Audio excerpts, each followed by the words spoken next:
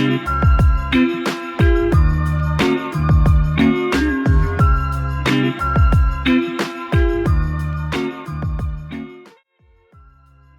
is Wisconsin known for?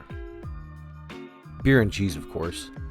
There are many other things, but that is usually the answer when you ask someone that question. If you're unfamiliar, a fairly popular bar food in the Midwest, and especially in Wisconsin, is beer cheese soup. Sounds weird to the uninitiated, but when done right, it can be very tasty. The best beer cheese soups are always homemade, whereas the soups you'll find at your local pub are borderline an excuse to eat nacho cheese with some beer mixed into it. Not too appetizing. Now I know what you're thinking. Beer cheese soup? Someone's gotta be drunk in the kitchen. And you may be right. That may be how this soup was made. Surprisingly, there is a little bit of history to this dish. We'll get to that later, so for now, let's dive into the recipe. I start off by dicing up 4 slices of thick-cut, nice quality bacon. I then small dice the following: 1 medium-sized yellow onion, 1 medium-sized carrot, and 2 stalks of celery. Onto the cheese. To stay true to a traditional beer cheese soup, I recommend using strictly a mixture of aged cheddars. I used a mixture of 7 ounces of 5-year extra sharp cheddar, 7 ounces of 1-year sharp cheddar, and about 9.5 ounces of mild cheddar. And just like magic, the cheese is shredded. I am of course using strictly local Wisconsin cheese. The 5-year and 1-year cheddar come from Hook's Cheese Company located in Mineral Point, Wisconsin. Once the cheese has been shredded, begin heating a large pot or Dutch oven over medium heat and start rendering the bacon. Once the bacon is cooked, remove the bacon from the pan and leave the bacon fat in the pot. Then add 1 stick of unsalted butter to the pot and melt. Once the butter has melted, add your chopped vegetables, otherwise known as mirepoix, and cook until the veggies are translucent over a medium heat. Once the mirepoix is cooked, you will then add about 3/4 cup of flour and stir for about 1 minute to cook out the raw flour taste. There should be no color and the roux should have the texture of wet sand. Stir this mixture continuously to avoid burning. Once the roux has been cooked, you will then add 1 12-ounce can of beer and mix until smooth. The beer you choose is also important. You want a beer that has some flavor. An IPA is a good choice. I am using an amber ale from Lakefront Brewery called River West Stein, one of my favorite beers. When choosing a beer for this recipe, don't choose one with a bunch of crazy spice flavors like a Christmas ale, but a beer that has barley or hop notes. You want this soup to have a beer flavor. It is beer cheese soup after all. Once the beer has been incorporated with the roux, you will then add 4 cups of chicken stock, preferably homemade, but the box stock is fine. Note, please do not use chicken broth. Make sure you buy chicken stock. There is a difference. And always make sure you buy unsalted so you can control the level of salt.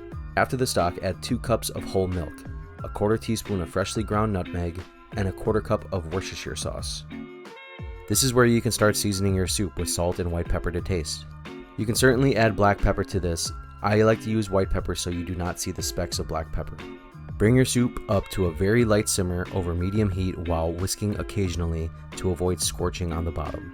Once your soup is simmering, slowly add your cheese a little at a time, ensuring that each handful of cheese melts fully before adding more. Once all your cheese is melted, it's going to look good. Not great, but good. That's where my secret ingredient comes in. It might be frowned upon, but I don't care. American cheese is a great ingredient and perfect for making this soup velvety smooth. Despite what others say about American cheese, it is cheese. It just has emulsifiers in it. If you don't add this to your soup, you will have a tasty yet grainy soup. The cheeses that I use are so sharp and aged that it makes it hard to stay emulsified when melted, even when using a roux. That's where the American cheese comes in. So I add only about 6 slices of American cheese, 1 slice at a time, until fully melted, and like magic, the soup is perfectly emulsified. This is our little secret, nobody has to know. Now you can choose to leave your soup chunky like this, and that is perfectly fine. But I took the extra step and I pureed it in a blender until ultra smooth. Once the soup is blended, return to the pot and keep warm, and you can adjust the seasoning as you wish. I added a little bit more Worcestershire and salt, and even a couple more splashes of beer. Completely fine. For a garnish, you can do multiple things. Bratwurst, scallions, potato chips, pretzels, you name it. Anything that you want to pair with beer and cheese. My garnish is going to consist of popcorn, the bacon we used at the beginning, and some chives. Very simple, nothing crazy. For the popcorn, Simply pop fresh on the stove and season with whatever seasoning you like. I use popcorn salt and chili lime seasoning like tahini. Make sure to use popcorn salt to season your popcorn, as it will stick to your popcorn better. If you don't have popcorn salt, you can take kosher salt or sea salt and grind it in a spice grinder until super fine. Once your popcorn is seasoned, ladle the soup into a bowl and garnish with popcorn, cooked bacon, and chives. Serve immediately and enjoy. Now, like I said before, some might think that the origins of this soup came from a drunken night in the kitchen, or someone accidentally spilling beer into their nacho cheese, when actually its origins can be traced back to medieval times, where the soup mostly consisted of beer thickened with a roux base. Sounds yummy.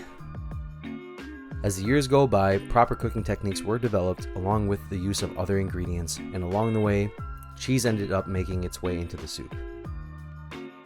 The tradition was probably brought over by German immigrants to Wisconsin, where the beer cheese soup made its new home in the dairy state. I hope you all enjoyed the recipe, and I would like to say thank you to everyone that has been commenting and subscribing to this channel, even with it going stagnant for over a year. I truly appreciate it. It's not a lot, but almost 300 subs is amazing. Please continue to support the channel by sharing it with your friends, and cheers.